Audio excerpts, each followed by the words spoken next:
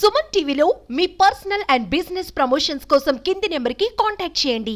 NVP law college విద్యార్థినిపై జరిగిన అఘాయిత్యానికి నిరసనగా Visakha bar association వద్ద న్యాయవాదులందరూ కూడా నిరసన వ్యక్తం చేస్తున్నారు. అయితే న్యాయం చేయాల్సిన న్యాయవాదులు ఎందుకు నిరసన వ్యక్తం చేస్తున్నారో అనే విషయాలు అడిగి తెలుసుకుందాం. సార్ చెప్పండి, ఎందుకు ఈరోజు మీరు స్లోగన్స్ కానీ ఎందుకు ఇస్తున్నారు, ఎందుకు మీరు శాంతియుతంగా నిరసన వ్యక్తం చేస్తున్నారు? ఇటీవల ఒక మహిళా విద్యార్థిపై అమానుషమైనటువంటి రేప్ అన్నది, గ్యాంగ్ రేప్ అన్నది జరిగింది. ఇలాంటివి విశాఖపట్నంలో ఇంతవరకు ఇలా గ్యాంగ్ రేప్ జరిగి ఒక విద్యార్థినిపై ఇలాంటి విషయాలు జరగలేదు. దేశంలోనే దినదినం కూడా ఈ మహిళలపై అత్యాచారాలు పెరిగిపోతూ ఉన్నాయి.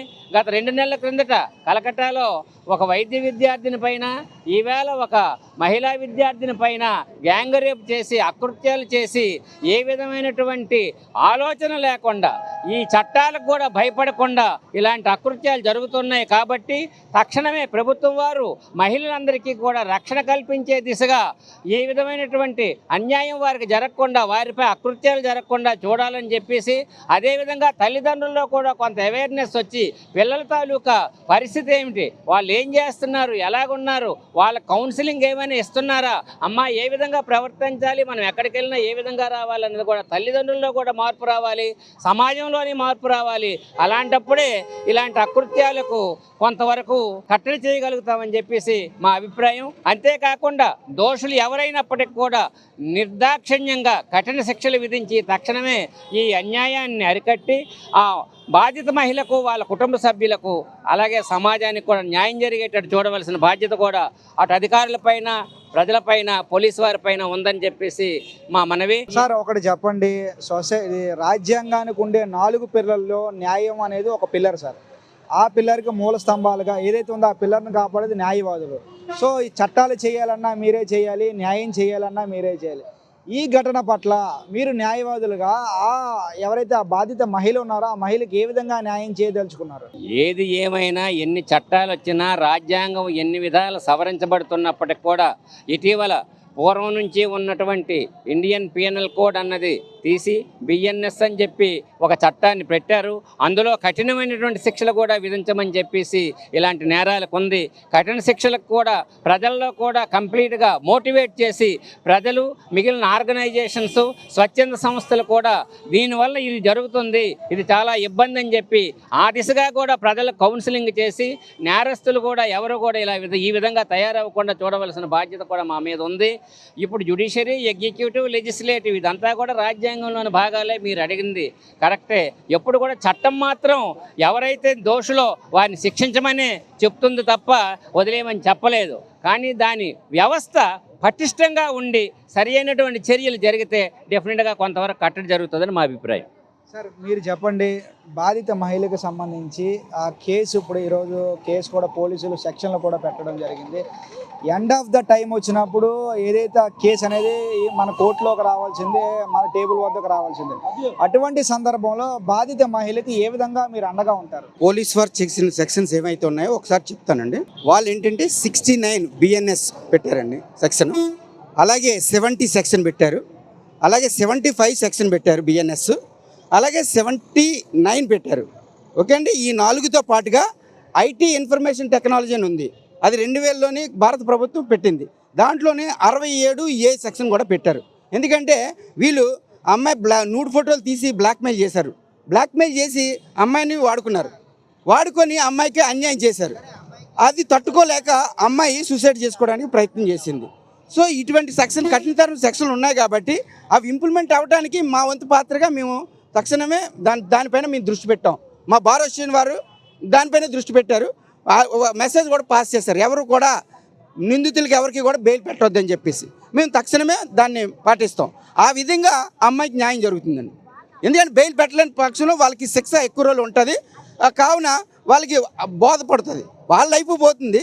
కానీ తక్షణమే న్యాయం జరగడానికి అవకాశం ఉంది కాబట్టి మేము ఎవరు బెయిల్ పెట్టాం. అదే ఆవిడకి చేసిన న్యాయం. అలాగే అమ్మాయికి కావాల్సిన ఫర్దర్ కోర్స్ స్టడీ ఏదైతే ఉందో దానికి కావాల్సిన అన్నీ కూడా మా అసోసియేషన్ మెంబరే కాబట్టి మా అసోసియేషన్ వారు ఆవిడకి కావాల్సినవి అన్నీ కూడా సమకూర్చడానికి మేము సిద్ధంగా ఉన్నాం. ఆ విధంగా అమ్మాయికి న్యాయం చేయడానికి మేము ముందుకున్నాం. అంటే ఇప్పుడు మీరు చెప్తున్నారు ఎవరైతే నిందితులు ఉన్నారో నిందితుల తరపున విశాఖపట్నం బార్కి సంబంధించి ఎవరు కూడా బెయిల్ అప్లై చేయరండి. ఎవరో డబ్బుకి ఆశపడే లేకపోతే ఇతరత్ర కారణాల వల్ల ఎవరైనా మన సభ్యుడు ఎవరైనా బెయిల్ కనుక వాళ్ళ తరపున పెట్టినట్టయితే ఆయన పైన మీరు ఏమైనా యాక్షన్ తీసుకునే అవకాశాలు కానీ బార్ నుంచి సస్పెండ్ చేసే అవకాశాలు కానీ ఏమైనా ఉన్నాయా? అది మా అధ్యక్షుల వారు తీసుకుంటారు, ఎందుకంటే బార్ నిర్ణయం అండి అది. ఎందుకంటే అది మా బార్ ఒక వ్యక్తి తీసుకున్నది కాదు, అది అసోసియేషన్ నిర్ణయం తీసుకుంటుంది. ఎందుకంటే అసోసియేషన్ ఒక నిర్ణయం ప్రకటించిన తర్వాత ఎవరన్నా దాన్ని వైలేట్ చేసినట్టయితే దానిపైన అసోసియేషన్ వారు ఒక రెజల్యూషన్ పాస్ చేసి దానిపైన నిర్ణయం తీసుకుంటారు. ఎందుకంటే ప్రతి ఒక్కరికి బెయిల్ పొందే హక్కు రాజ్యాంగం కల్పించింది. వాళ్ళు ఇక్కడ కాకుండా ఇంకొక ఎక్కడెక్కడ తీసుకోవచ్చు, దానికి సంబంధించి మేమేం చేయలేము. కానీ ఇక్కడ అసోసియేషన్ నిర్ణయం తీసుకుంది కాబట్టి ఈ నిర్ణయంకి వ్యతిరేకంగా ఇక్కడ ఉన్న వాళ్ళు ఎవరైనా కానీ వెళ్ళినట్టయితే వేరే బార్లు వచ్చి చేస్తే మేమేం చేయలేము. దానికి ఇక్కడున్న బార్లో ఉన్న మెంబర్స్ ఎవరైనా కానీ చేసినట్టయితే వాళ్ళపైన అసోసియేషన్ నిర్ణయం తీసుకొని వాళ్ళు సస్పెండ్ చేయడం, ఏదో వాళ్ళకి వార్నింగ్ ఇవ్వడం జరుగుతుంది. ఏదేమైనా కానీ బాధితురాలకి మేమైతే న్యాయం చేయడానికి మేము సిద్ధంగా ఉన్నాం. మేము ఆవిడ వెంటే మేము నిలబడతాం. ఫైనల్గా మీ యొక్క నిరసనకు సంబంధించి ముఖ్య ఉద్దేశం ఏంటి? ఇటువంటి సంఘటనలు ఒక న్యాయ విద్యార్థిని కాదండి, ప్రతి ఏ మహిళలకి కూడా ఇటువంటి సంఘటనలు జరగకూడదని చెప్పేసి మా న్యాయవాదులు నిర్ణయం తీసుకున్నాము. ఎందుకంటే మీరు అన్నట్టుగాన న్యాయవాదులు పిల్లర్స్ ఆఫ్ ద నేషన్ కాబట్టి ఈ దేశానికి స్వాతంత్రం తీసుకొచ్చిన వాళ్ళు కూడా న్యాయవాదులే. ఆ విధంగా న్యాయవాదులు సమాజంలో ఏ అసంఘటిత సంఘటన జరిగినా సరే ఫస్ట్ స్పందించేది న్యాయవాదులే. చాలామంది న్యాయవాదులు ప్రాణాలు కూడా త్యాగాలు చేస్తారు ఇటువంటి వాటికి కూడా. ఆ విధంగా న్యాయవాది అనే వ్యక్తి సమాజంలో ఏదైనా రుగ్మతంగా వచ్చిందంటే తక్షణమే ఫస్ట్ స్పందించే వ్యక్తి న్యాయవాది. ఆ విధంగా మా న్యాయవాదులందరం కూడా, దేశవ్యాప్తంగా ఉన్న న్యాయవాదులందరూ కూడా మేమందరం కూడా ఏదైతే సంఘటనలు ఇలాంటివి జరిగాయో అటువంటి వాటిని పూర్తిగా ఖండిస్తున్నాం. జరగకుండా చూడడానికి మా ప్రయత్నం మేము చేస్తాం. ఆ విధంగా ప్రభుత్వాలు కూడా నిర్ణయం తీసుకొని ఇటువంటి సంఘటనలు జరగకుండా వాళ్ళు కఠిన చర్యలు తీసుకొని ప్రసార మాధ్యమాల ద్వారా ఇటువంటి జరగకుండా ప్రభుత్వాలు కూడా చేయవలసిన బాధ్యత ప్రభుత్వం పైన ఉంది. అయితే ఇక్కడ మహిళకు సంబంధించిన అఘాయిత్యంపై మాట్లాడేందుకు మహిళా న్యాయవాది కూడా ఉన్నారు. అమ్మ చెప్పండి, మొన్న జరిగిన ఘటనని ఒక మహిళా న్యాయ విద్యను అభ్యసిస్తున్నటువంటి విద్యార్థినిపై జరిగిన ఘటన ఒక మహిళా న్యాయవాదిగా మీరు ఎట్లా చూస్తారు? ఇది చాలా అన్యాయం.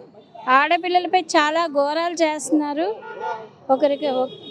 ఒక రకంగా చూస్తే ఆడపిల్లని చాలా మోసాలు చేస్తూ, ప్రేమ అనే పేరుతో వాళ్ళని మోసాలు చేస్తూ వాళ్ళని చాలా ఇబ్బంది పెడుతున్నారు. చదువుకోవడానికి వచ్చిన పిల్లల్ని ప్రేమ అని అదని ఇదని చెప్పి న్యాయ వృత్తి చేసే మేమే సిగ్గుపడేలా మాకు ఇంత ఇది చేస్తున్నారు.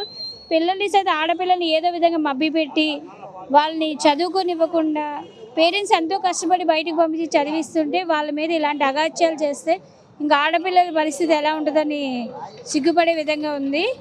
నలుగురు ప్రేమించారు ముసుగులు. ఆ కుర్రోడు అమ్మాయిని ప్రేమించి మిగతా ముగ్గురు కలిపి రేప్ చేసి ఇవన్నీ చేయడం చాలా దారుణం.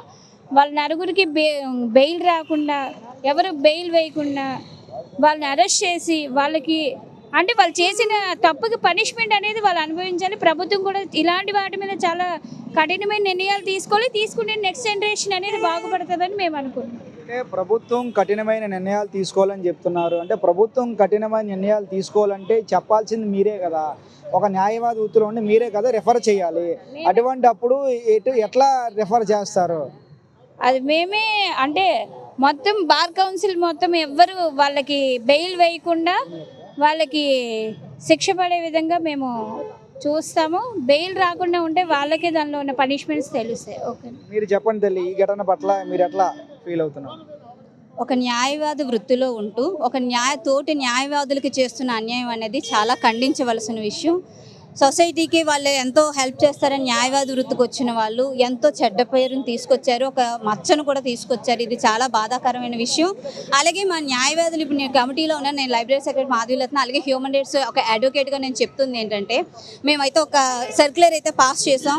ఏ అడ్వకేట్ కూడా ఆ అక్యూజ్డ్స్కి ఎవరైతే ఈ న్యాయానికి న్యాయ వృత్తికి ఎవరైతే కలంకం తీసుకొచ్చారో వాళ్ళకి కఠినమైన శిక్ష పడాలని, అదేవిధంగా వాళ్ళకి మేము ఎవరు బెయిల్ వేయకూడదని కూడా ఒక నిర్ణయాన్ని తీసుకున్నాం. చేసుకున్నాం. అలాగే ఈ యొక్క కేసుని స్పెషల్ కేసుగా సుమోటోగా తీసుకొని న్యాయమూర్తుల దృష్టికి కూడా తీసుకొని వెళ్ళి వాళ్ళకి సత్వర న్యాయం కలగాలని కోరుకుంటున్నాము. అలాగే మా న్యాయవాదులందరూ ఈరోజు బయటకు వచ్చి చేసేది ఏంటి అంటే ఏ అమ్మాయి అయినా సరే అంటే సెక్షన్ అనేది ఇప్పుడు బిఎన్ఎస్ఎస్ఏ ఇలాంటివన్నీ కూడా కొత్తవి డిజిటల్ ఎవిడెన్స్ అనేది చాలా ఇప్పుడు ముఖ్యమైపోయింది, కీలకమైన పాత్రను పోషిస్తుంది. ఇలాంటి సమయంలో ఈ అమ్మాయిలను ఎవరైతే ఉన్నారో బ్లాక్మెయిల్ చేస్తూ ప్రేమ పేరిట, ఎందుకంటే మన సెక్షన్ ఒకటి చెప్తుంది 18 సంవత్సరాలు నిండిన వాళ్ళకి ఫ్రీ సెక్స్ చేసింది. దానివల్ల దాన్ని ఏం చేస్తున్నారంటే భయం లేకుండా దాన్ని మిస్యూజ్ చేసుకుంటూ వాళ్ళు ఎక్కడికైతే విచ్చలవిడితనం అవుతుందో మన సంస్కృతిని సాంప్రదాయాన్ని పెద్దల తాలూకా భయాల్ని కూడా కొంచెం లెక్క చేయకుండా ఎవరినైతే నమ్మి వెళ్ళారో వాళ్ళు మోసపోయినప్పుడు మేము ఖచ్చితంగా న్యాయదేవత అనేది న్యాయం చేస్తుంది, చట్టం తను చేసిన పని చేస్తుంది.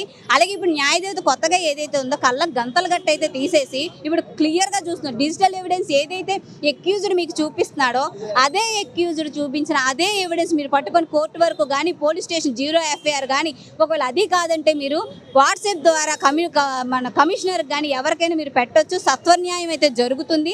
మీరు ఇలాంటి విషయాల్లో మా న్యాయవాదులందరూ మీకు అండగా ఉంటాము. ఎక్యూజ్డ్కి తప్పకుండా శిక్ష పడేలాగా మా అందరం ప్రయత్నిస్తాం. కాబట్టి ఎవరైనా ఈ ఫ్యూచర్లో కానీ ఎలాంటి ఇబ్బంది పడితే ఇప్పుడు ఆగస్టులో జరిగింది ఇప్పటి వరకు వెలుగులోకి రాలేదు, ఎంతో సూసైడ్ చేసుకోవాలన్నంత పరిస్థితులు అయితే ఎవరికి వద్దు. న్యాయం ఎప్పుడు 2 చేతులు చాచి మీకు ఎప్పుడు న్యాయం చేయాలని కోరుకుంటుంది. దయచేసి ఎవరైనా సరే అమ్మాయిలు ఇలా సఫర్ అయిన వాళ్ళు ఖచ్చితంగా న్యాయస్థానాన్ని ధైర్యంగా ఎదుర్కోండి, మేము ఎప్పుడు మీకు తోడుగా ఉంటాం. ఫైనల్గా చెప్పండి తల్లి, అంటే ఇటువంటి కేసుల విషయంలో రాష్ట్ర ప్రభుత్వం కూడా పలు సూచనలు కూడా చేసింది. ఏవైతే ఉందో ఫాస్ట్ ట్రాక్ కోర్టుల ద్వారా సత్వర న్యాయం చేసేందుకు ముందుకు వస్తున్నామంటూ కూడా రాష్ట్ర ప్రభుత్వం పలు సందర్భాల్లో పలు వ్యాఖ్యలు కూడా చేసింది. ఈ కేసుని ఫాస్ట్ ట్రాక్ కోర్టుకి తీసుకెళ్లే అవకాశాలు ఏమైనా ఉన్నాయా? ఫాస్ట్ ట్రాక్ కోర్టు ద్వారా వారికి సత్వర న్యాయం చేసే అవకాశాలు ఏమైనా ఉన్నాయా? ఉంటే మనం చేయగలమా? ఇవి డీజే కోర్టుకు వెళ్తాయి, అంటే డిస్ట్రిక్ట్ కోర్టుకు వెళ్తాయి. వాటి వెళ్ళిన తర్వాత చాలా అంటే మన గవర్నమెంట్ తరఫున పబ్లిక్ ప్రాసిక్యూటర్ వస్తారు. దీనికి గవర్నమెంట్ ఇది సీరియస్గా తీసుకుంది, సీఎం దృష్టికి వెళ్ళింది, డిప్యూటీ సీఎం దృష్టికి వెళ్ళింది. కాబట్టి చాలా సీరియస్గా తీసుకున్నా. అంతకన్నా ముఖ్యం ఎందుకంటే ఒక న్యాయ విద్యార్థిని ఇది బాధపడింది కాదు, న్యాయవార్తలు కూడా మేము అందరం చాలా సీరియస్గా తీసుకున్నాం.